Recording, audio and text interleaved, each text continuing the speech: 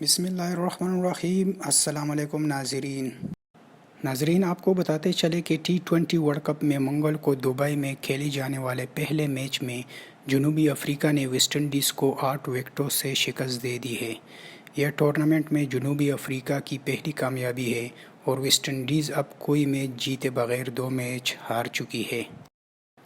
Toss جیت کر جنوبی افریقہ نے ویسٹ انڈیز کو بیٹنگ کی دعوت دی تو ویسٹ انڈیز نے جنوبی افریقہ کو کامیابی کے لیے 144 رنز کا ہدف دیا۔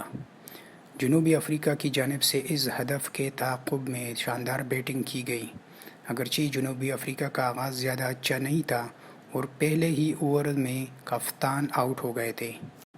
تاہم اس کے بعد بیٹسمینوں نے خطرے سے خالی بیٹنگ کرتے ہوئے بآسانی یہ ہدف صرف 2 وکٹوں کے نقصان پر پورا کر دیا اور اس طرح جنوبی افریقہ نے ویسٹ انڈیز کو 8 وکٹوں سے ہرا دیا۔